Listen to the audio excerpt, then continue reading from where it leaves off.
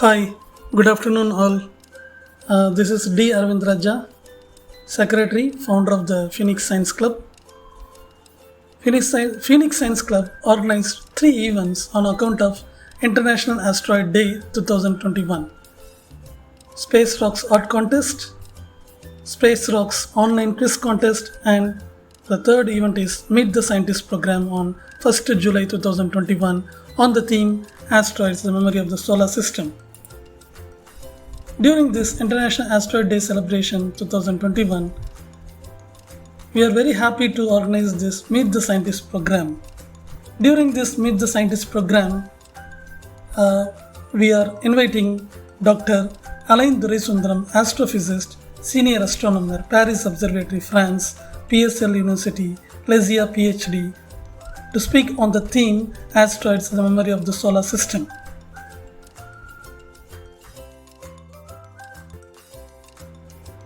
Let me share some of his research interest, that is nature and evolution of planetary surfaces, small bodies, asteroids, comets, trans-Neptunian objects, and radiative transfer in particulate medium.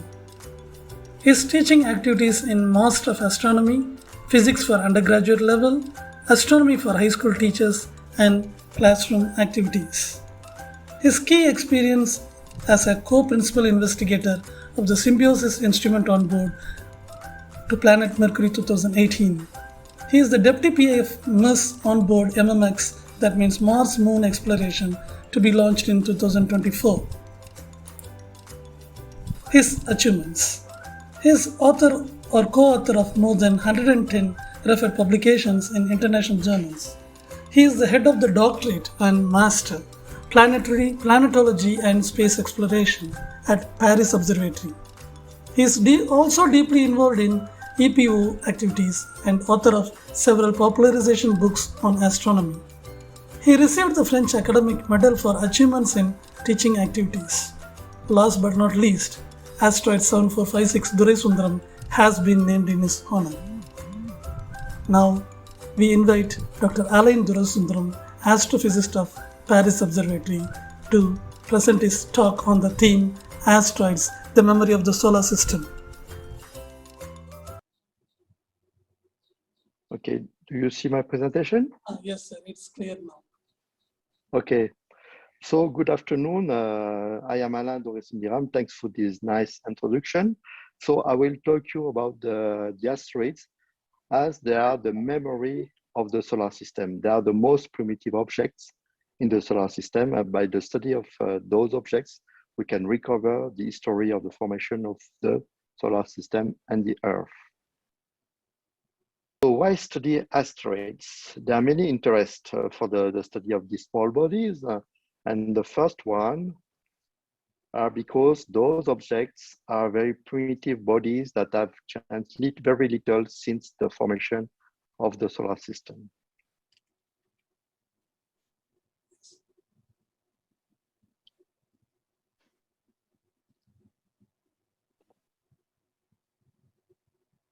So it's a dust of gas orbiting around the sun, sir? Yes, so from the formation scenario of the solar system, we can see in this video that the planets accrete through collisions between grains, starting from grains and small embryos, and then ending with the formation of a single planet. So in that scenario, asteroids are the remnant of the formation of the planets. The second interest is that asteroids have a risk of collision with the Earth. Like in this example, you have the meteor crater, which is an ancient crater in the desert of Arizona, US. And we think that we think that the dinosaurs vanished from the surface of the Earth 65 million years ago because of the impact of big asteroids the size of 10 kilometers. So here is the this story. So 66 million years ago, during the KPG, the Cretaceous Paleogene extinction event, we thought that the big asteroids collide with the Earth.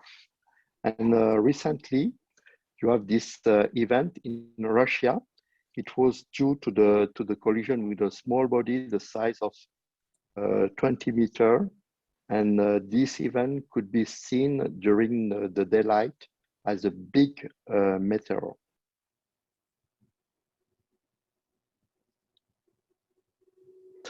We know that the current exobiological scenario for the origin of life invoke the exogenous delivery of organic matter to the early Earth. As asteroids are colliding the Earth, the planet and of the inner solar system experience an intense influx of organic-rich material for several 100 million years ago. And the earliest evidence for life on Earth coincides with the decline of this bombardment. And on asteroids, you have many biological important molecules that are also present in organic material. So maybe asteroids, by the collision during their lifetime of the Earth, may have bring the bricks of the life on the Earth. This is really an open question.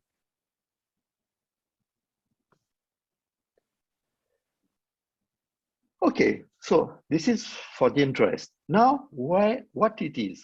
What is an asteroid and where they are? So, in brief, in a nutshell, what is an asteroid? It has been discovered only 200 years ago by an Italian astronomer, Giuseppe Piazzi, and they are small, rocky, and irregular bodies. The composition is rocks and metals. We say silicates, which is minerals. And the maximum dimension of an asteroid is only 1,000 kilometers. I say only 1,000 kilometers because compared to the planet, asteroids are very small. And this is because of this small size that they kept in their inside the memory of the solar system. They didn't change a lot during that time. So you have the greatest one, which is Ceres, Pallas, Vesta. But after those big ones, the size decreased very rapidly. So far, we know 1 million asteroids. Among them, 600,000 are numbered. So an asteroid gets a number when the orbit is sufficiently known. The majority of the asteroids reside in what we call the main belt, which is a belt of bodies, like in the sketch here, between the planet Mars and Jupiter.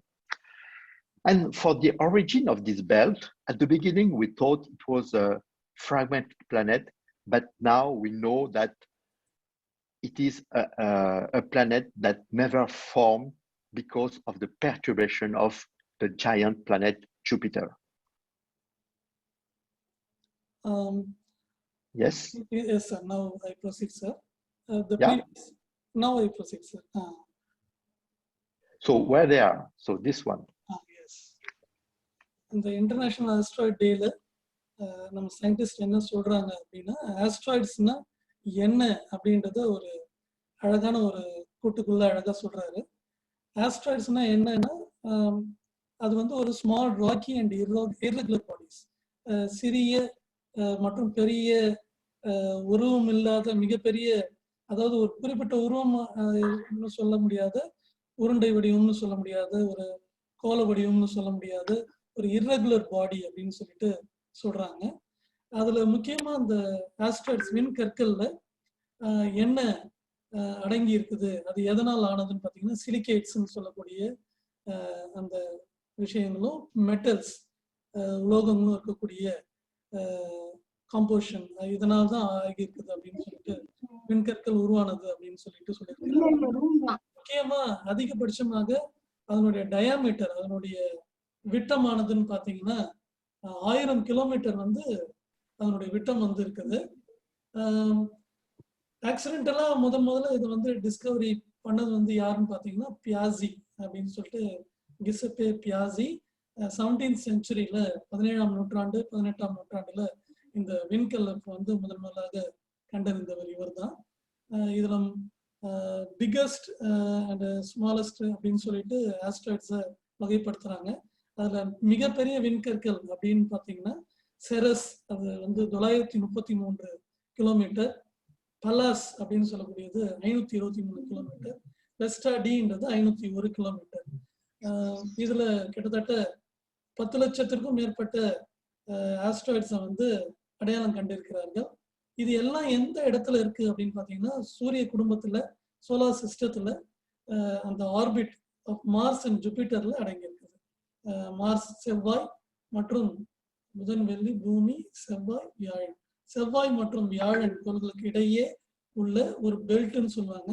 அதுல தான் வந்து இந்த விண்கற்கள் வந்து அதிகமாக காணப்படுகிறது அப்படின்னு sir சொல்றாங்க. Sir next. Okay. So now if we have a big, we take a big picture of the solar system from above, this is what we could see. Okay. So this is a view from above and it is a simulated view. Okay. But you can get this sketch from the Minor Planet Center in the US, which is the entity, the institute that deal with all the small bodies of the solar system. If you discover a small body, you can communicate with this institute that will make the calculation and get him a number.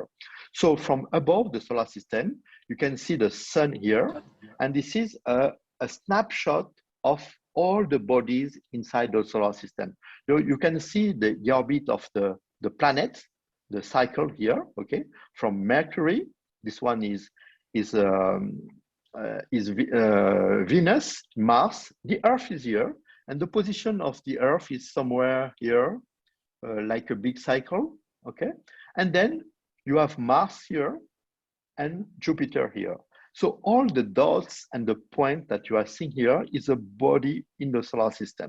Okay, so the red dots are asteroids that can collide with the Earth. We call them the near-Earth asteroids. Okay, and between Mars and Jupiter, you have this belt I told you before, which is the main belt. So the main reservoir of small bodies between Mars and Jupiter. So you see here, there is a huge number. Okay, and then you have also some asteroids also in the orbit of Jupiter.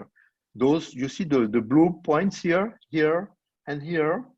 Those asteroids are called the Trojan asteroids. So in summary, asteroids, you can find them everywhere in the solar system. But the main reservoir is between Mars and Jupiter. And you can see also the squares here, here, and here, squares, the blue squares. And the blue squares are comets. Comets are another type of small bodies. Like asteroids, they are very primitive, but contrary to the asteroids, comets are made of ice. They are coming from the outer edge of the solar system. And another view, maybe I can follow on with this slide, and then you can translate. This is another view of the solar system. If you don't understand anything of the solar system, please recall this sketch, which is a nice summary of the solar system. This is a side view of the solar system from the sun to the border of the solar system. Okay, so you have here this line, which is the plane, the mean plane where all the planets of the solar system resides. You know that the solar system is on a plane. Okay, this plane is named the ecliptic plane. Okay, so you have here what we call the telluric planets from Mercury to Mars. Then from between Mars and Jupiter, you have these main belt asteroids. So here you have the distance from the sun. In astronomical units, an astronomical unit is 150 million kilometers, which is the distance between, the mean distance between the sun and the Earth. So with this unit, it is very convenient for planetary scientists because you can scale the solar system. So the Earth is at 1 AU and Jupiter at 5 AU. And the last planet of the solar system, which is Neptune, is at 30 AU. But the solar system do not finish at Neptune because you have still material far beyond Neptune. And after Neptune, you have another reservoir of small bodies, what we call the Kuiper belt object, which is extending after Neptune. We call them also the trans-Neptunian objects. I'm working on that population. And it extends far from Neptune to maybe very, very far into the solar system, maybe joining the third reservoir of small bodies that we call the Oort cloud, which is made of comets. And the Oort cloud is a reservoir which is spherical. So it is surrounding all the solar system. And I have often asked, where does the solar system end? And the classical answer will be that the solar system ends where the gravity of the sun, this is the definition of the solar system, the solar system is all the objects under the gravitational authority pull of the sun. So the solar system ends when the sun do not have enough gravity to retain all those bodies. And the solar system ends at midway between our sun and the next star, closest star to our sun, which is Proxima Centauri. So the solar system ends midway between our sun and the closest star, which is Proxima Centauri. So, Ravin, you can translate. Yes, sir. So the previous. Also, oh yeah. இப்போ நம்ம பார்க்கறது சூரிய குடும்பத்தினுடைய மேல இருந்து பார்த்தா இப்படிதான் இருக்கும் அப்படின்னு சொல்லிட்டு இந்த படத்தை கொடுத்திருக்காரு sir. Snapshot of asteroid positions. இது மேல இருந்து பார்க்கும் பொழுது நம்முடைய சூரிய குடும்பம் எப்படி தெரியுதுன்னு பாருங்க. நடுவில் இருக்கிறது சூரியன், அந்த ஸ்டார் போல இருக்கிறது சூரியன், தட் இஸ் சன். அதை சுத்தி ஒரு இதுவும் வந்து ஆர்பிட், ஒவ்வொரு பிளானட்டோட ஆர்பிட். மெர்க்குரி இருக்கு, வீனஸ், எர்த். இந்த பெரிய ஆர்பிட் வந்து ஜூபிட்டர். இந்த பெரிய ஆர்பிட் வந்து ஜூபிட்டர். நம்ம மார்ஸுக்கும் ஜூபிட்டருக்கும் நடுவில் தான் இந்த ஆஸ்ட்ராய்ட் பெல்ட். இந்த கிரீன் கலர்ல இருக்கிறது ஃபுல்லாவே ஆஸ்ட்ராய்ட்ஸ் தான் சார் சொல்லியிருக்கிறாங்க. ஃபுல்லா இந்த ஆஸ்ட்ராய்ட்ஸ். இந்த ப்ளூ கலர்ல இருக்கிறது எல்லாமே காமெட்ஸ். இந்த காமெட்ஸ் பார்த்தீங்கன்னா made up of dust and ice. Comets வந்து வால் நட்சத்திரம் அப்படின்னு தமிழ்ல சொல்லுவாங்க. இந்த வால் நட்சத்திரம் வந்து பனிக்கட்டியாலையும் தூசியாலையும் ஆனது. இந்த வால் நட்சத்திரம் 2 டெய்ல், 2 டெய்ல்ஸ் இருக்கும் அதுக்கு. சன்னை நோக்கி அது போகும்பொழுது உருகி அது வந்து வால் போன்று காட்சியளிக்கும். 2 tails, that is ion tail and dust tail in comet. இதுதான் சார் சொன்னாங்க. Next slide sir.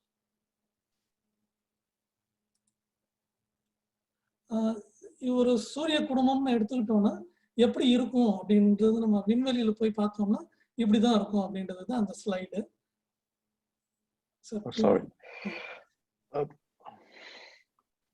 இந்த சூரிய குடும்பம் வந்து எப்படி அமைஞ்சிருக்குது? This is the solar system distances in perspective. Start from the sun. இது முதல்ல ஆரம்பிக்குது அந்த சன்னு. Mercury, Venus, Jupiter, Saturn, Uranus, Neptune. நெப்டியூனுக்கு பிறகு வர்றது எல்லாத்தையும் டிரான்ஸ் நெப்டியூனியன் ஆப்ஜெக்ட்ஸ் அப்படின்னு சொல்லி பெயர் கொடுத்துருக்காங்க. ப்ளூட்டோ வந்து உங்களுக்கு தெரியும் டார்க் பிளானட்ன்ட்டு. அந்த நெப்டியூனியை தாண்டி போகும் பொழுது இந்த இடத்துல தான் நெப்டியூனுக்கும் ஊர்ட் கிளவுடுக்கும் நடுவில் குயிப்பர் பெல்ட் இருக்குது. அதுதான் பார்த்தீங்கன்னா இதை எப்படி மெஷர்மெண்ட் சொல்றாங்க அப்படின்னு பார்த்தீங்கன்னா சன்னுக்கும் மெர்க்குரிக்கும் இருக்கிறது 1 astronomical unit, sun to earth that is 1 astronomical. Is that right, sir? Sun to Earth is 1 astronomical unit? One astronomical unit is the distance between the Earth and the Sun. Yes. சூரியனுக்கும் நம்முடைய பூமிக்கும் இருக்கிறது ஒரு வானவியல் அலகு அப்படின்னு சொல்லிட்டு AU அப்படின்னு சொல்லிட்டு சொல்லுவாங்க, astronomical unit. அப்படின்னு பார்க்கும்போது Jupiter 1 to 5 astronomical units, Saturn வந்து 10 இருக்குது astronomical units. Trans Neptunian objects பிறகு Oort cloud வருது, that is 1 lakh astronomical units. அதன் பிறகு பார்த்தீங்கன்னா என்ன அமைஞ்சிருக்குன்னு பார்த்தீங்கன்னா ப்ராக்சிமா சென்டாரி அப்படின்னு ஒரு ஸ்டார் இருக்கு. இதெல்லாம் தான் வந்து நம்ம சூரிய குடும்பம் வந்து எப்படி இருக்குதுன்றதை நம்ம தெரிஞ்சுக்கிறதுக்கான ஒரு மிக எளிமையான ஒரு வரைபடம். Sir next sir please. Okay. Oh, don't play with the. Okay. So how to find them? Children, in this image from obtained with the telescope, there is stars also, but there are also some asteroids. Can you think how astronomers can find asteroids in that image? I'll let you a few seconds to think about. Sir என்ன சொல்றாங்கன்னா, இந்த படம் வந்து ஒரு வானத்துல எடுக்கப்பட்ட ஒரு படம். இந்த படத்துல ஆஸ்ட்ராய்ட்ஸ் எல்லாம் இருக்குது அப்படின்னு சொல்றாங்க. எப்படி நிறைய நட்சத்திரங்கள் இருக்கிற மாதிரி இருக்குது. இதுல ஆஸ்ட்ராய்ட்ஸை எப்படி அறிவியல் அறிஞர், தட் இஸ் சயின்டிஸ்ட், அறிவியல் அறிஞர்கள்லாம் எப்படி கண்டுபிடிக்கிறாங்க அப்படின்னு சொல்லிட்டு உங்களை ஒரு 2 நிமிஷம் திங்க் பண்ண சொல்றாங்க சார். அதை பத்தி இப்போ எக்ஸ்பிளைன் பண்ணுவாங்க. Okay. So, any idea? யாராவது சொல்லலாம். Anyone can? Sir, from microscope. No, we use telescopes, okay, to get this image. Now, how can we recognize an asteroid in that picture? Is that this one? How can we distinguish asteroids from stars in that image? In fact, it is very, very simple. Anyone can do that, because remember, stars twinkle and asteroids don't twinkle. Oh, okay, that's interesting. In fact,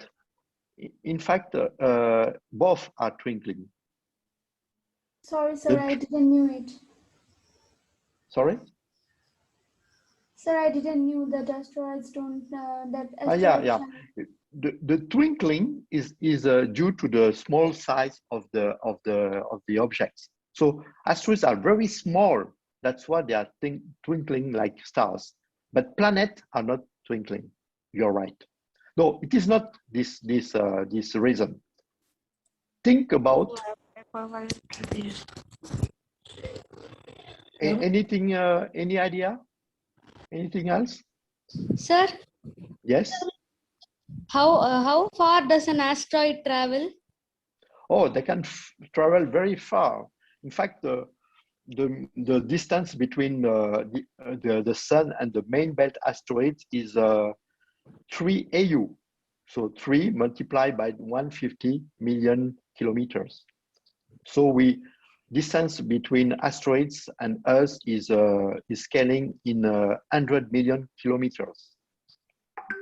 Thank you, sir. Okay, so let me tell you what is how to distinguish between them.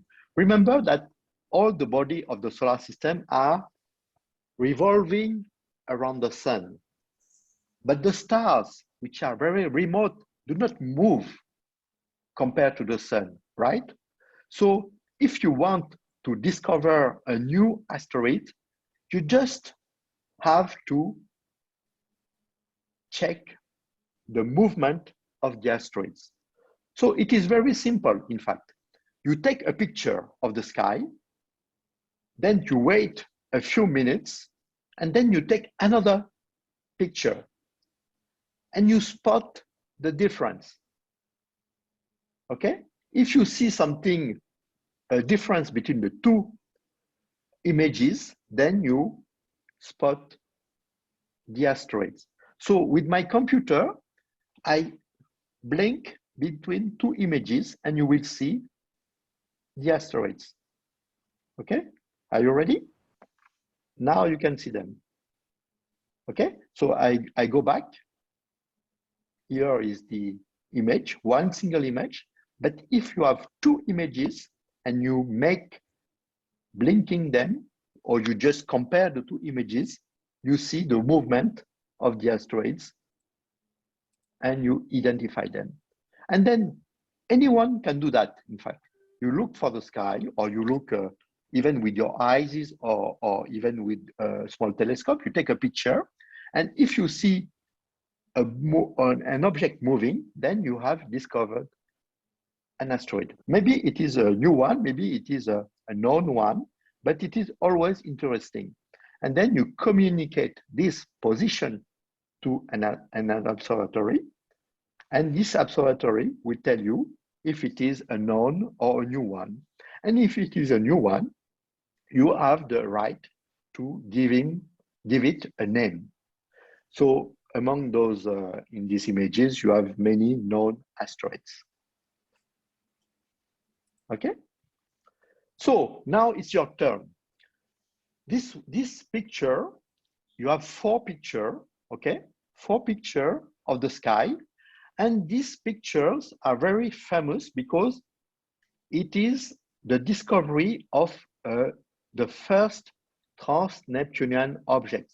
Remember, a trans-Neptunian object is an object far just beyond the planet Neptune. So it is very far. It was very difficult to detect them. That's why it takes so much time. And the first one was discovered in 1992.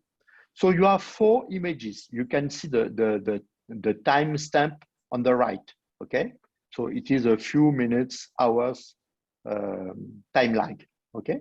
So can you check in those four images which is moving?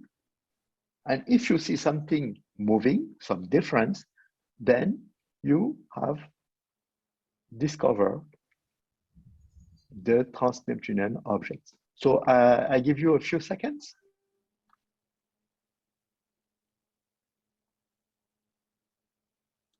Sir இங்க கொடுத்திருக்கிற படத்துல asteroids வந்து இருக்குதுன்னு சொல்றாங்க. இது 4 படம் எடுத்திருக்கிறாங்க. மேல ஃபர்ஸ்ட் படம், ரெண்டாவது படம், மூணாவது படம், 4 படமுமே ஒரு டைம்ல எடுத்திருக்காங்க. நைட் வந்து 8:56க்கு ஃபர்ஸ்ட் படம், ரெண்டாவது படம் வந்து 9:14, 11 மணிக்கு நைட் ஒரு படம், விடிய காலைல ஒரு படம். 4 படங்கள் எடுக்கப்பட்டிருக்குது. இந்த 4 படமுமே வானத்தை நோக்கி எடுக்கப்பட்ட படம். இதுல ஏதாவது உங்களுக்கு டிஃபரன்ஸ் இருந்ததுன்னா எது மூவ் ஆகுதுன்னு பாத்தீங்கன்னா அதுதான் ஆஸ்ட்ராய்ட்ஸ் அப்படின்னு சொல்றாரு. Okay, I give you the answer. Yes. At the third image, sir. In fact, they are in all the images. But can you see something moving, Sir. slightly moving? Or maybe Yes, sir, I can tell you. Okay, A because line-like structure. you see the line, the line. This one, okay? You see this one? Oh, well done. It is Yes, an sir. asteroid. Yeah, it is an asteroid. But you see, it is moving so fast that it makes a light strike. You're right. Okay? Yes. But if you see the fourth image, it is no more there because it goes away from the field of view. So this is an asteroid, well done, but it is not the trans-Neptunian objects. The trans-Neptunian objects, since it is very far, even farther than the asteroid, it is moving very slowly. So the trans-Neptunian object is here. So let me show you. You see that? You see the 4 images, the small dot of light? It is slightly sir. moving, for Yes, sure. sir. So this is the trans-Neptunian A object. dot particle. Yeah, and this one you're right. This is also a moving object, and this is an asteroid because it is closer. That's why it is moving faster. You may know that the closer you are from the sun, the faster you are moving around the sun. Okay? Okay, so I move on. So now, this is the second part of my talk. I will give you the latest news from the sample return mission.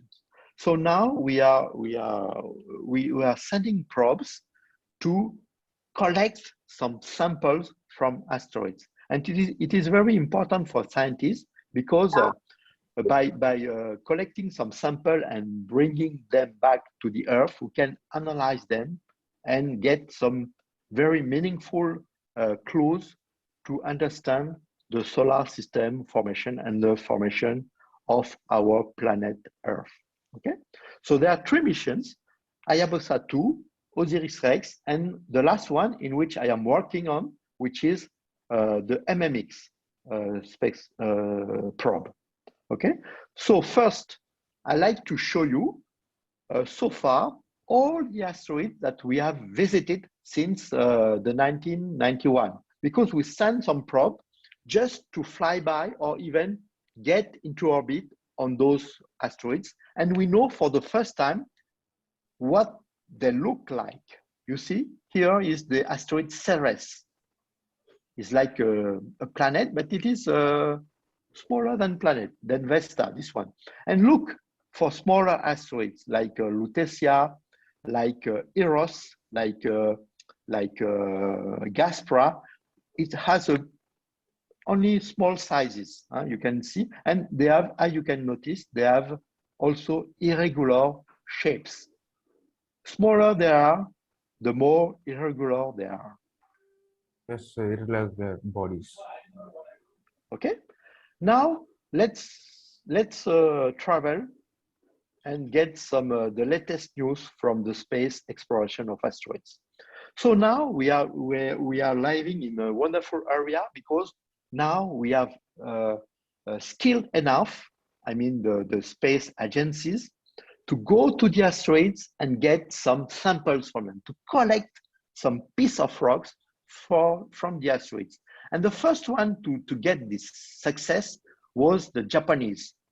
The Japanese probe Hayabusa get a sample of this asteroid, which is Itokawa. It was in 2010. Then the next one is Hayabusa 2, made of the success of Hayabusa 1, and OSIRIS-REX, which is a NASA probe.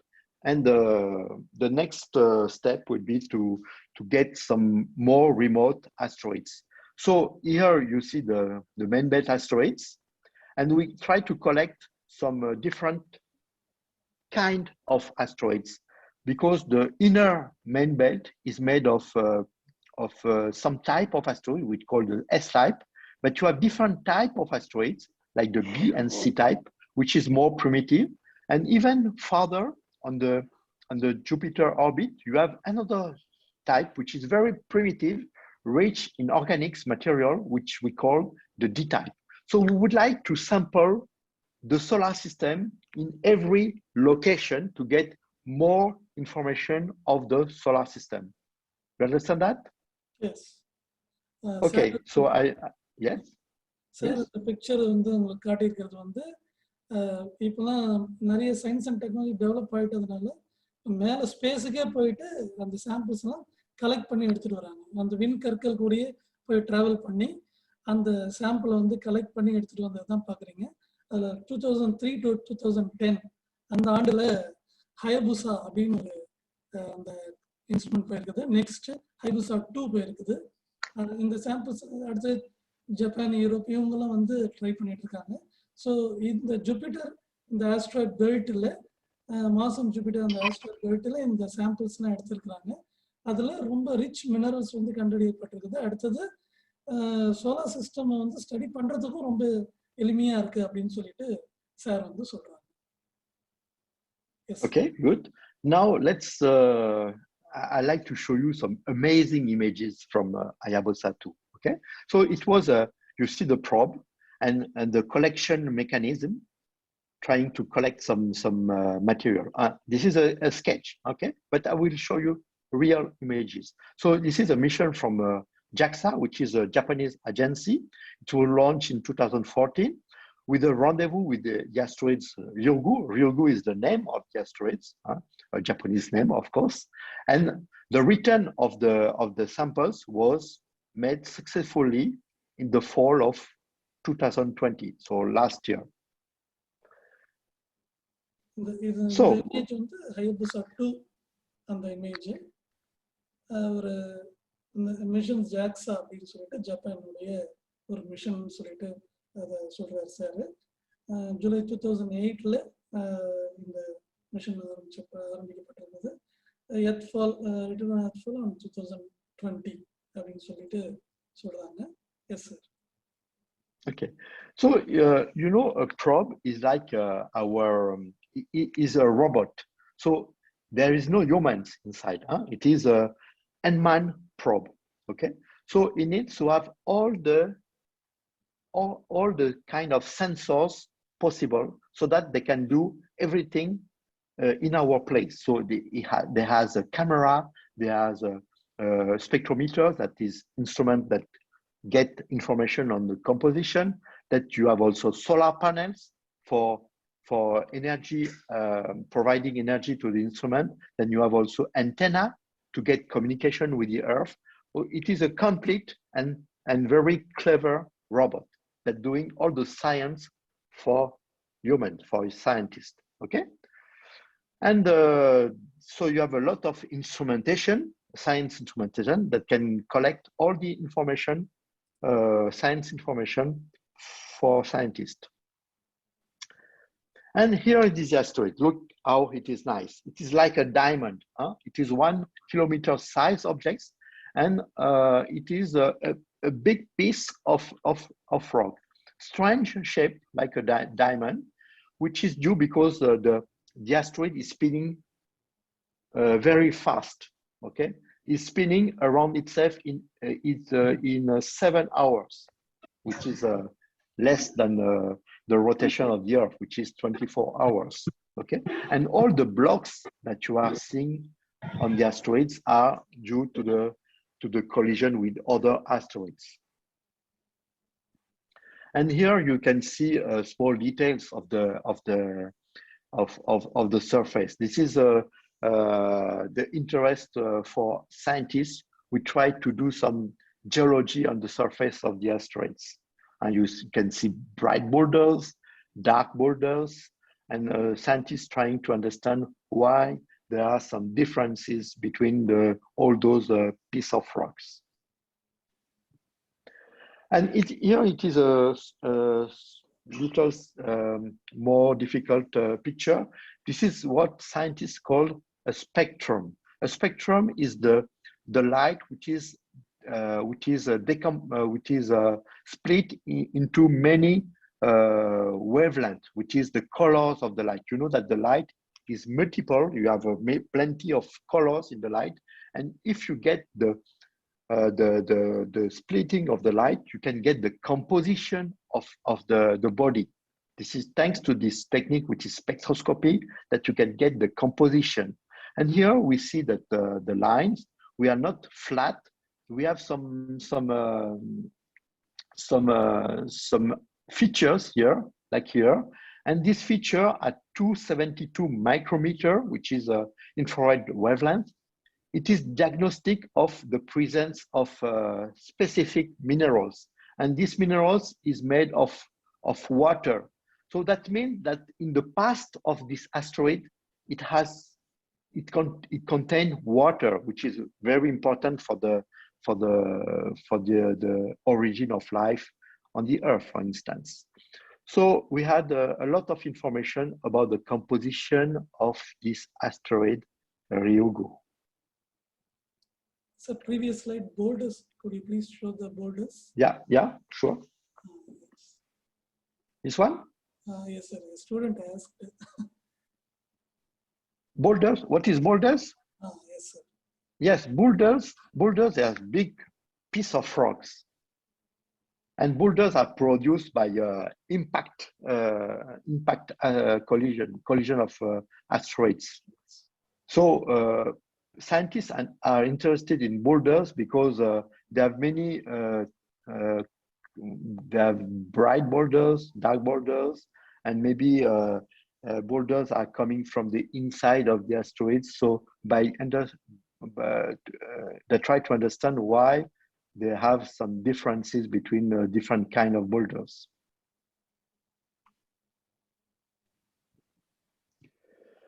Okay, and also in this probe, Hayabusa, they have a lander that land on the surface of the asteroids and make even detailed investigation of the surface. So here is the baseline of this lander, which name is MASCOT, which has been built with between Japan and Germany. Okay, so this lander land on the surface of the asteroid, which is quite difficult to land off a small body 1 kilometer size. It is not obvious to get that. Then it was bouncing a little bit, then get some activity on the surface, and then get to another location and make some other measurements. Okay, so I show you the very exciting images from the lander. So here you have really the surface of the asteroids. Okay, so you are here and you see small details as 1 centimeter. So we are seeing the soil of the asteroid.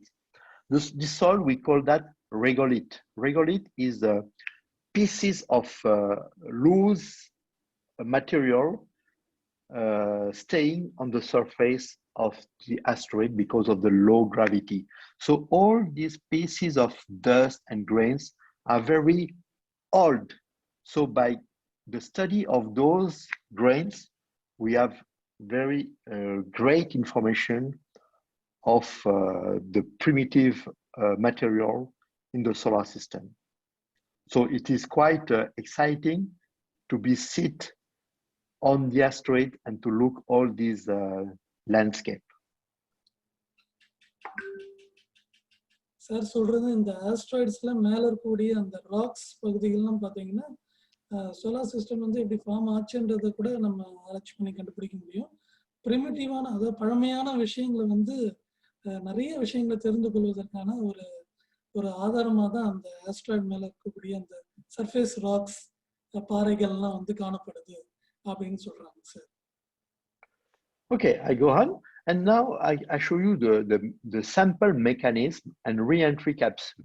So the main goal of Hayabusa 2 was to get back some sample. And this is thanks to this system device that collects by this tube all the material, but only a few, less than 1 gram, okay?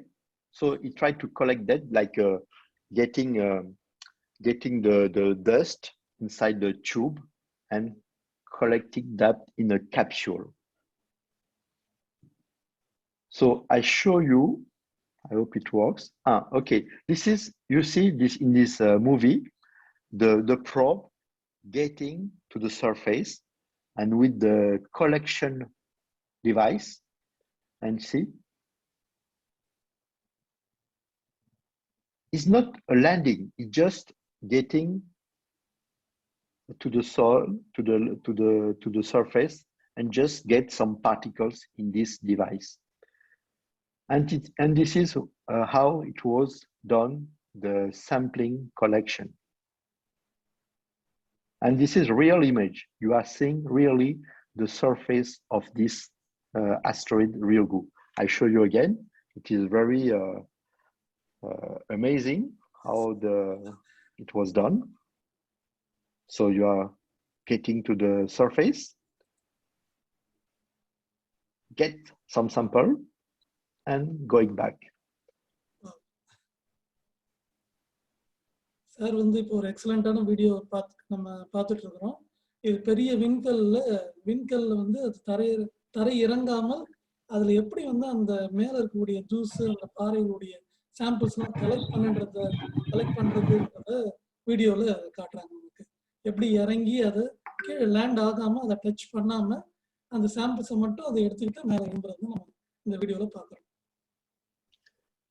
Okay, and now it was done in last year, and then the probe, which is Hayabusa 2, sorry, gets back to the Earth with the cruise that bring this probe close to the path of the Earth, and close to the Earth, it releases the capsule that get into the Earth.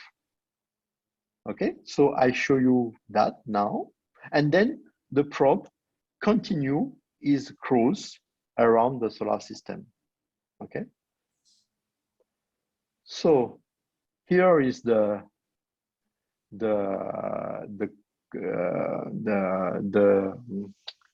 capsule that was collected, and I show you when it was coming into the Earth for the atmosphere. So you can see like a meteor, a shooting star into the sky. It was in Australia, in the desert in Australia, with very empty space. And here is the team that go to that location to get the collected sample. And here is, you see the capsule is here, and all the Japanese team getting them. And here it is, the capsule. So they are very cautious. You see, they are wearing gloves, etc., not to contaminate the sample. And here is in the lab, the lid where you have inside all the particles of the asteroids. And here it is. You see all the dark grains. They are grains from the asteroid Ryugu, which is more than 100 million kilometers away from the Earth. So this is very spectacular. We have here some samples of the most primitive material within the solar system, which is 4.5 billion years ago, even older than any rocks that you can find on the Earth, which is, as I said, the memory of the solar system. And it was really a success because we get 4.5 grams. Maybe for you it's very little, but it is a lot for scientists, because with these 4.5 grams, they can do a lot of analysis thanks to all the sophisticated instrumentation that we can have in our labs. இப்போ நீங்க பார்த்துட்டு இருக்கிற இந்த instrument asteroid ரியுகு அப்படின்ற அந்த விண்கல்ல வந்து எடுக்கப்பட்ட ஒரு மாதிரி சாம்பிள்ஸ். அது மேல இருக்க அந்த பாறைகளை தான் நீங்க பாக்குறீங்க. அதனுடைய எடை இந்த இன்ஸ்ட்ருமெண்ட்ல இருக்கக்கூடிய 5.4 கிராம்ஸ் வந்து அந்த விண்கற்களுடைய துகள்கள் வந்து எடுத்திருக்கிறாங்க. கிட்டத்தட்ட எத்தனையோ மில்லியன் தூரம் இருக்கக்கூடிய ஒரு ஆஸ்ட்ராய்டு கிட்ட போயிட்டு அந்த சாம்பிளை கலெக்ட் பண்ண அந்த ஆஸ்ட்ராய்டு விண்கற்கள் துண்டுகளை தான் நம்ம இந்த படத்துல பார்த்துட்டு இருக்கிறோம். இந்த விண்கற்களை எடுத்துட்டு வர்றதுனால நம்முடைய சூரிய குடும்பத்தை 4.5 பில்லியன் இயர்ஸ் அகோ ஃபார்ம் ஆன சூரிய குடும்பத்தினுடைய விஷயங்களை சயின்டிஸ்ட்லாம் வந்து தெரிந்து கொள்வதற்கு மிகவும் ஹெல்ப்ஃபுல்லா இருக்கு அப்படின்னு சொல்லிட்டு தான் இந்த விஷயத்தை நம்ம கிட்ட ஷேர் பண்றாங்க. ரொம்ப ஹாப்பியா ஷேர் பண்றேன் sir. Okay, now maybe it is the other one. Maybe I can go faster because it is also the same kind of things. This one is the name is OSIRIS-REX, which is the NASA probe. So we have seen the Japanese probe. Now NASA is also going to an asteroid and trying to get some sample from this asteroid. So the name of the probe is OSIRIS-REX. Is it going to? It is going to asteroid. The name is Bennu. So it was. So Bennu is another type of asteroid. So we like to sample very different kind of asteroid, not only one single asteroid. We need to have a big picture of the world population of asteroids.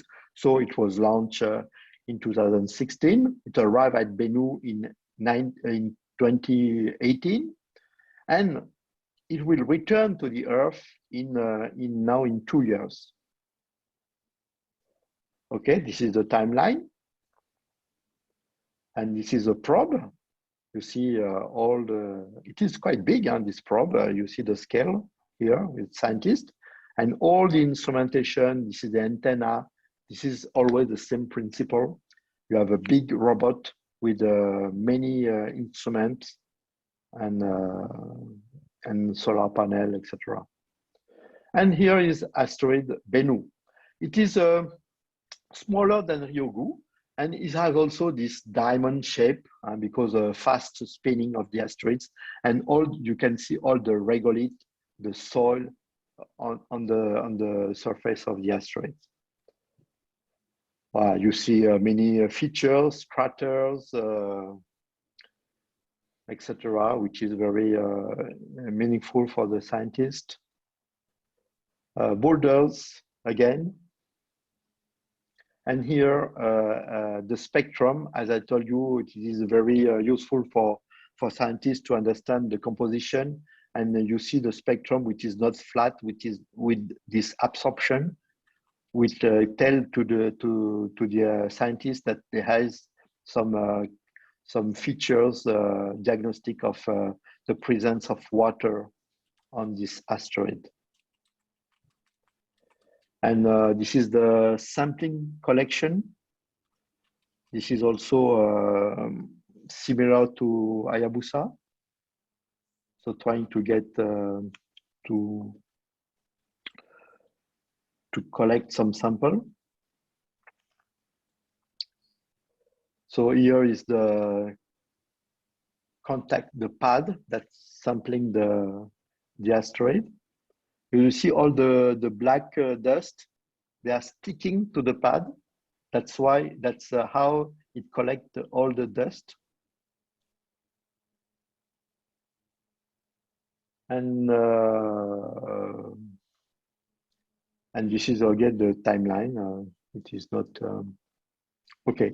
And why we would like to get some sample return of all these asteroids? Because it gives us a lot of information of the solar system, indeed, but also since the solar system formed from the interstellar medium, so the big clouds residing in the galaxy, those big clouds are also coming from the stars. We get also information of the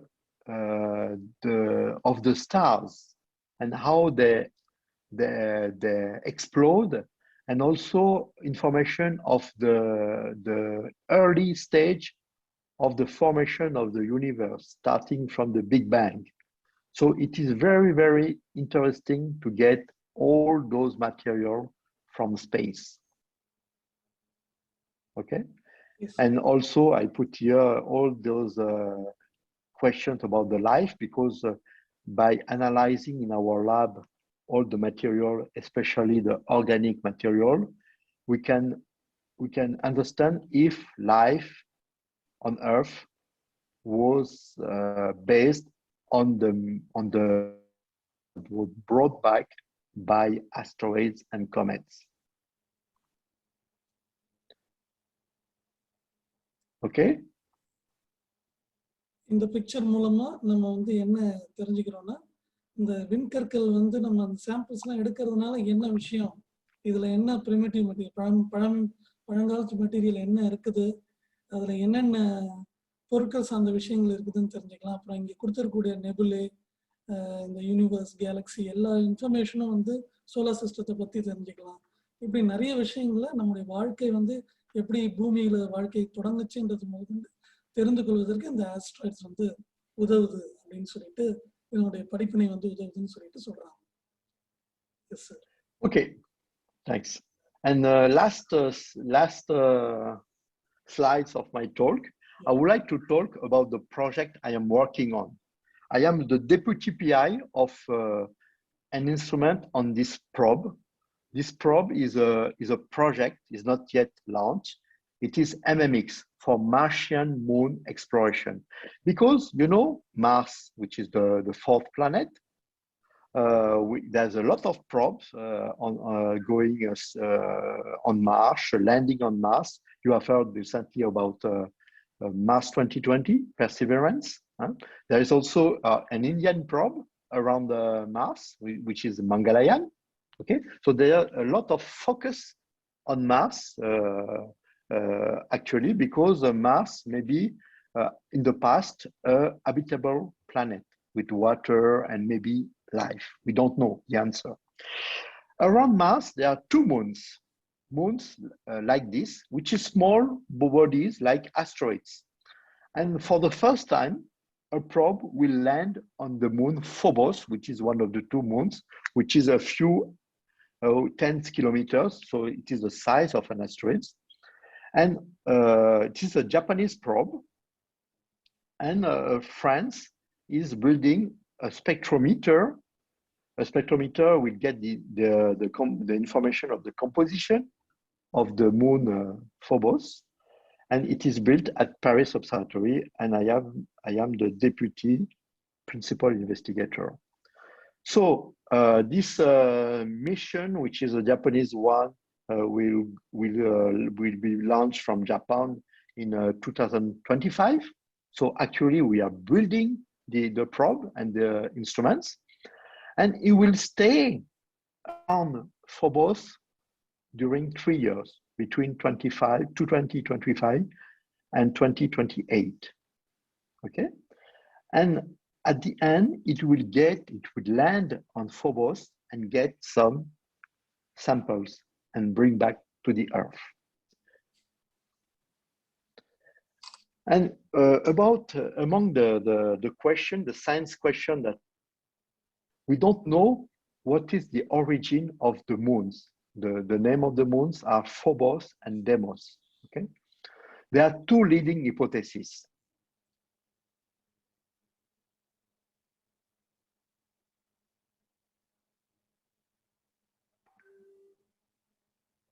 Or maybe they were formed because of a giant impact, like our moon. Our moon was formed because of a giant impact with the Earth. Okay, so we don't know which one of these two scenarios, these two hypotheses, is the right one. We don't know. That's why, by getting to the moon and collecting some sample, we will answer to this question. Okay. And the major objectives are to settle the controversy on the origin of the Martian moons, that's what I was saying, to constrain the processes for planetary formation and material transport in the regions connecting the inner and the outer solar system, because Mars is in the transition region between the telluric planet and the giant planet. So it is really a great location to understand the connection between the two kind of planets. And third, to reveal evolutionary processes of the Martian system in the circum-Martian environments. You want to translate that? Maybe on the moon, on this? Aravid, you want to translate or not? Yes, sir. Okay. இது வந்து கடைசியா sir வந்து சொல்றது அவங்க work பண்ற project. இது வந்து இப்போ இன்னும் லான்ச் ஆகல. It will be in 2024 I think, sir. Yes. Yes, 2025. Yeah, it will be launched in 25. Yeah, 2025. This MMX Martian moons exploration. இந்த செவ்வாய் கோளுக்கு செல்லக்கூடிய நிகழ்வு வந்து இருக்குது. 2025ல ஸ்டார்ட் பண்ணி ஜூலை 2029 வரைக்கும் அதை ஆராய்ச்சி பண்ணிட்டு ஆகஸ்ட் 2028ல அந்த மார்ஸ் டிபார்ச்சர் வந்து இருக்கும் அப்படின்னு சொல்லி செவ்வாய் கிரகத்துல வந்து புறப்பட்டு அந்த சாம்பிள்ஸ் எல்லாம் கலெக்ட் பண்ணிட்டு வரதுக்கு இருக்கிறாங்க. செவ்வாய் கோளுக்கு சுத்தி 2 மூன் வந்து இருக்குது. அது ஆஸ்ட்ராய்டு ஷேப்ல இருக்குது அப்படின்னு சொல்லிட்டு சார் சொன்னாங்க. அந்த மூன்ஸ்ல Phobos and one more moon, sir. Deimos. Demos. Phobos and Deimos. இந்த இரண்டு மூன்களையும் அதுல போயிட்டு அதுல எப்படி அந்த சாம்பிள்ஸ்லாம் கலெக்ட் பண்ணாங்கல்ல, அந்த தூசு அந்த பாறைகளுடைய சாம்பிள்ஸ்லாம் அது மாதிரி கலெக்ட் பண்ணிக்கிட்டு 2028ல் ரிட்டர்ன் பண்ற மாதிரி இருக்குது. இது ஜப்பானோட சேர்ந்து செய்கிறாங்க.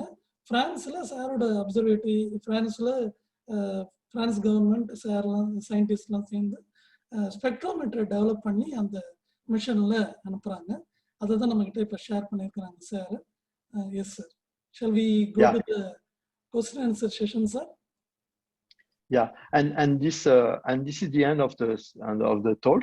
So this instrument is the name is MIRS for MMX infrared spectrometer. So this is the one we are building actually at Paris Observatory, and maybe in a few next year we'll finish the instrument, and maybe in another talk I can show you the instrument, which is a small piece of technology. Will get the composition of the moon Phobos. So this is the end of my presentation, and you are free to ask any questions you would like. Yeah, the first question. Before going to the question session, I like to conclude that what sir told, MIRS mission, அது வந்து பிரான்ஸ்ல அவங்க வந்து ஆரம்பிக்கிறாங்க. Spectrometer வந்து அந்த அதோட attach பண்ணி அந்த ஃபோபோஸ் அந்த மூனுக்கு வந்து அனுப்பி அந்த சாம்பிள்ஸை கலெக்ட் பண்ணுறதுக்காக தான் சார் மற்றும் நம்ம துரைசுந்தரம் சார் மற்றும் அதர் சயின்டிஸ்ட் எல்லாம் சேர்ந்து அந்த சாம்பிள்ஸை கலெக்ட் பண்ண இருக்கிறாங்கன்றது தான் இப்போ நம்மகிட்ட ஷேர் பண்ணாங்க. Now we go to the question and answer session. Saravana Priya. Now all the participants are requested to open their webcams. Webcams open பண்ணிக்கலாம். Open பண்ணிட்டு நான் ஒவ்வொருத்தவங்கள question கேட்கலாம். Anyone those who are ready to ask questions? Saravana Priya. Yes, now you ask the question. Yes, sir. If the asteroid cross the safe line, what will happen to Earth, sir? What do you call the safe line? There is no. You mean close to the Earth so that it can collide? Okay. Yes, sir. Yeah. Okay. So what happened to the Earth? But unfortunately, if the asteroid is big enough, like the one that killed the dinosaur, it will kill all the human species on the Earth because of the size of the asteroid, the velocity of the asteroid. It will be equivalent to like a nuclear war. So it will be a big trouble for the Earth, of course. But remember that it is very rare. This kind of event happens every 100 million years. Yeah. So it is very rare, but it will happen for sure. That's why scientists study those asteroids. They are monitoring all the asteroids. And so far, there is no risk. So far, okay. And they are also investigating some solution to prevent that. You can maybe, if you know that an asteroid will go to collide to the Earth, you can send a probe to make the asteroid deviate from its path. There is many techniques like explosion, like also rockets that you can anchor on the surface, or many other things like solar to deflect with the light. Yes, sir.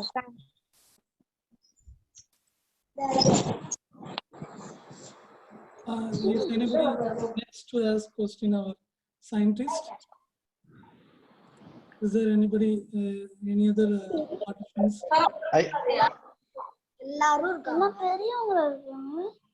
Yes, Hina Mughal. Sir, thank you. Good evening, and thank you so much for the wonderful knowledge speech session, sir. Sir, I'm a teacher. I would want to know how can I motivate my students to go for astrosciences, and what path should they choose? what path should they choose so that they go for astrosciences, sir? That was my question from sir. Okay, for astronomy sciences or Yes, for sir. planetary? Astronomy, planetary and astronomy, sir, both Okay. ways. I mean, Okay. yeah. Yeah. Astronomy is the sea of science. I have many colleagues which are mathematicians or chemists or physicians or even geologists. You can even you can work in any field of science and you can do astronomy because in astronomy you have it is really multidisciplinary. So I will encourage your students to do science. And if you are more interested in chemistry, they can do astronomy. If they are interested in geology, they can do planetary science, because with the nice images, the close images we have for Mars or Venus, we can do the same geology, comparative geology, as we are doing with the Earth. Okay. So any kind of science will be good, but the major science field is physics. But you can do also mathematics, and you can do celestial mechanics. You can do chemistry, and you can be interested in atmospheric atmospheric phenomenon. Thank you, sir. Thank you so much. நிறைய பேர் Tamil students இருக்கீங்க இங்கே. தமிழில் கேட்கறதுக்கு தயங்காதீங்க, we will translate. Sir நீங்கள் இங்கிலீஷில் கேட்க தோணலைன்னா தமிழில் கூட சொல்லுங்கள். I will translate and ask our scientist. யார் வேணாலும் கொஸ்டின் வந்து கேட்கலாம். எல்லாருமே கேம் ஆன் பண்ணிக்கலாம். At last we take a selfie with our scientist. Okay, I see one question on the chat. Yes. This is from a question from Vyom Gupta. So, sir, why we are sending humans when we can send probe instead? No, we are not sending so far humans. We are sending only probes, unmanned probes. The next step, maybe NASA is aiming at sending again human to the moon. Chinese also have this project also, but so far there is no need to send humans to explore the solar system, because we can do a lot of things before with the probes. Thank you very much, sir. Here are little kids are watching program from class 6 to class 10, also watching this program. They are hesitating to ask questions, I think. But you can write the question if you are too shy. Yeah. I see one from Aksha Atman. So what is your impression about our ISRO? Yeah. So your space agency, right? ISRO. I have I'm not familiar with ISRO, but I have some colleagues working with people from ISRO. So collaborating with you have now a very nice program on planetary exploration. India has gone to Mars, is willing to go again to the moon, and I know there is many collaboration with Europe and also with US and even also with Russia, and I think that India is doing great on that, and I'm sure in the next future you will be very powerful on that. I hope so. Next question, sir. Sir, as far as samples were collected, what is information acquired? Shanmugapriya. Okay, with the sample that you can get in our lab on Earth, we can do much more that it can be done in situ with the probes, because in our lab we have a lot of facilities to analyze. So we can do physical analysis, trying to get the size, the texture, the porosity.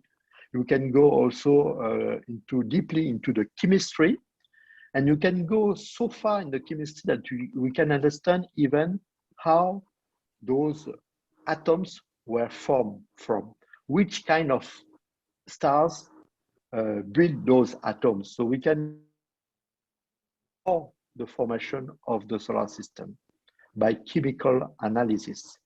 So this kind of science is really very exciting, and the colleagues we are working on that field is it's called astrochemistry or cosmochemistry.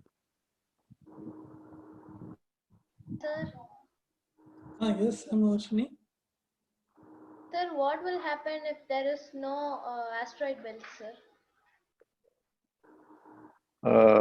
The asteroid belt will be there for forever, because between Mars and Jupiter, a planet could not form. So there is a million of asteroids there. And some of those asteroids escape from the main belt and come into the Earth. Your question, if there is no asteroid belt, so there will be no more asteroids colliding the Earth, of course.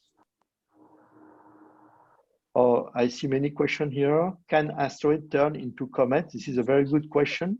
And in fact, we don't. The link between asteroids and comets is very thin. You can have some comets becoming asteroids because they have no more ice. And on the contrary, you can have some asteroids which become comets because they have some volatiles.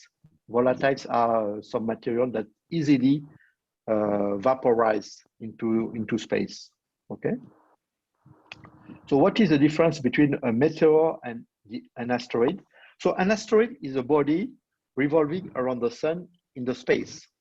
Okay. And a meteor is a piece of an asteroid that is going into our atmosphere. So a meteor is the light phenomenon when you have the entry of the rock into our atmosphere. Because of the high speed, the rock burn, and this is what you see as a meteor. Another word for meteor is shooting star, which is equivalent. Sir? Sir? Yes. Yes. Sir? Yes. What is the approximate frequency of an asteroid hitting the Earth? What is the approximate sequence hitting the Earth? Yes. So when you see an asteroid is a high speed body. Huh? So when you see an asteroid hitting the Earth at the top of the atmosphere, it's only a few seconds until it hit the ground. And when it hit the ground, it creates a big crater. So the one that killed the dinosaur was 10 kilometer size, and it created a crater 200 kilometer size. We know where this crater is. It is in North America, near Mexico. Okay, it's 200 kilometer diameter. And when the crater is created, you have a huge amount of energy which is released. A huge amount of energy. Huh? Burn everything around the area. A lot of a big area, like a continent, will be burnt. Okay, and because of this burning, you have a lot of dust going into the atmosphere.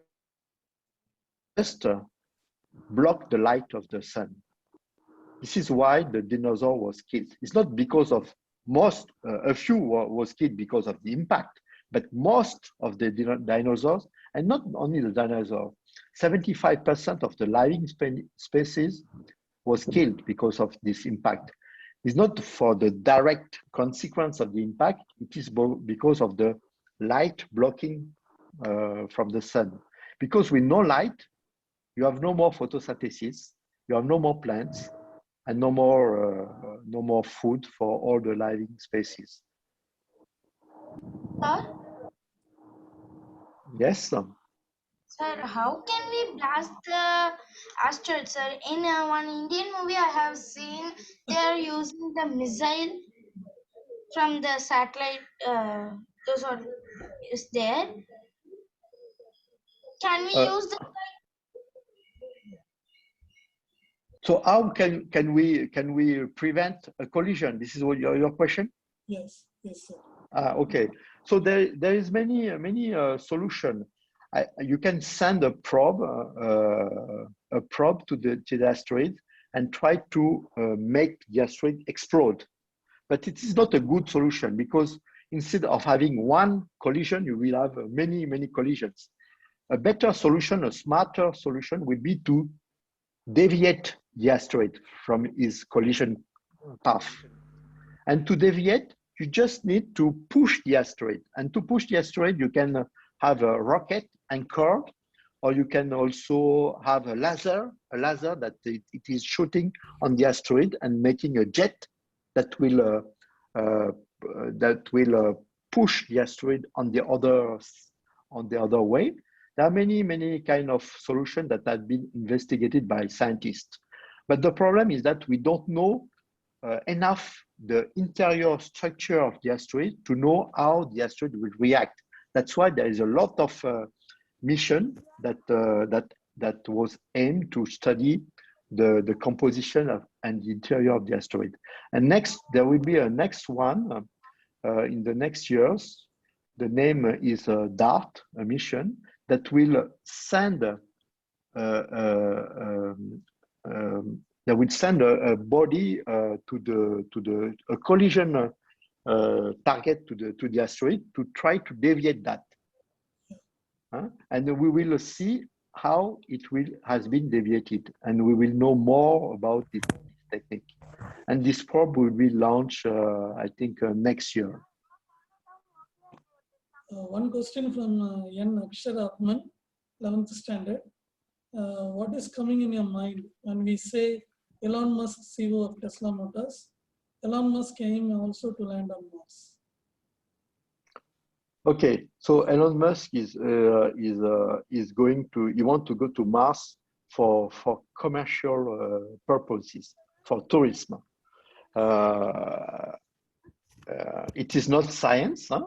So, but on the other hand, we need some new people like Elon Musk because he has the money, he has the brain to motivate people to develop technology to go to Mars. Because so far it is really a very difficult travel to travel to Mars. It is 2 years of travel, going and back, and you have a lot of difficulties like radiation, low gravity, and there's a lot of work to succeed in that adventure.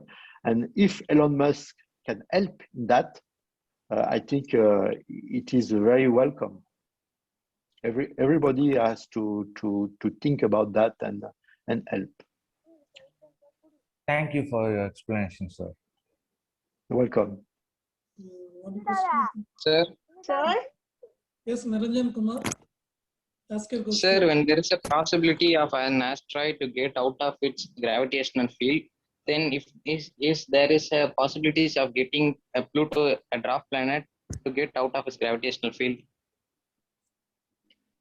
I don't understand what you were saying about Pluto. Can you say again?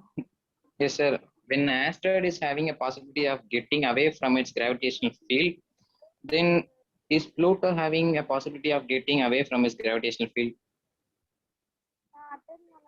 I don't. Arvin, can you tell Yeah. the question in other words? I don't understand. I understand that the gravity of Pluto, but No, sir, I'm asking that you said asteroid is having a possibility of getting out of its gravitational force.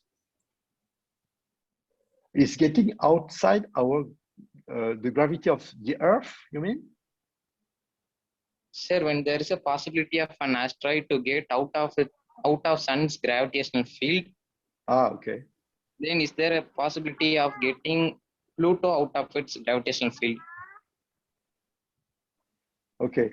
So there is no possibility to get to escape the gravity of the sun, if I understood correctly. All the bodies in the solar system are linked to the gravitational pull of the sun. So there is some objects can get outside the pull of the sun, but they are interstellar objects that are coming from outside the solar system, just making a trip inside and going back outside. For Pluto, Pluto is also linked. His energy is linked to the gravitational pull of the sun, and cannot escape from the sun. I'm not sure to understand your question. Maybe you can write it, and I will try to answer. Okay. You write your question in the chat box. We will answer. Any Tamil students requested to ask a question. Tamil கேளுங்க, தமிழ்ல பேசுங்க. I will translate to sir. தமிழ்ல கேட்கலாம், மாணவர்கள் தமிழ்லயும் கேட்கலாம். நிறைய students, college students இருக்கிறீங்க. Excuse me, sir. Yeah, Nabitra. Yes, you Sir, is there any data about measuring electric field or electric potential in asteroids belt? Oh, it was the connection was not good. Can you tell again your question? Sir, is there any data about measuring electric field or electric potential in asteroids belt? Okay, so your question is about the electric field or magnetic field, maybe. Is there a magnetic field around asteroids? It is a good question. So far, the probe that tried to measure that do not measure any magnetic field around an asteroid. On the Earth, there is a magnetic field because inside in the core of the Earth, there is a liquid metals. And because of this, the movement of the liquid core, there is a magnetic field, an electric field that is generated. And on the asteroids, they are believed to be frozen because of the small size. There's no liquid, metallic liquid inside the asteroids. So there is no, we do not expect any magnetic field on asteroids. Yes, sir. Thank you.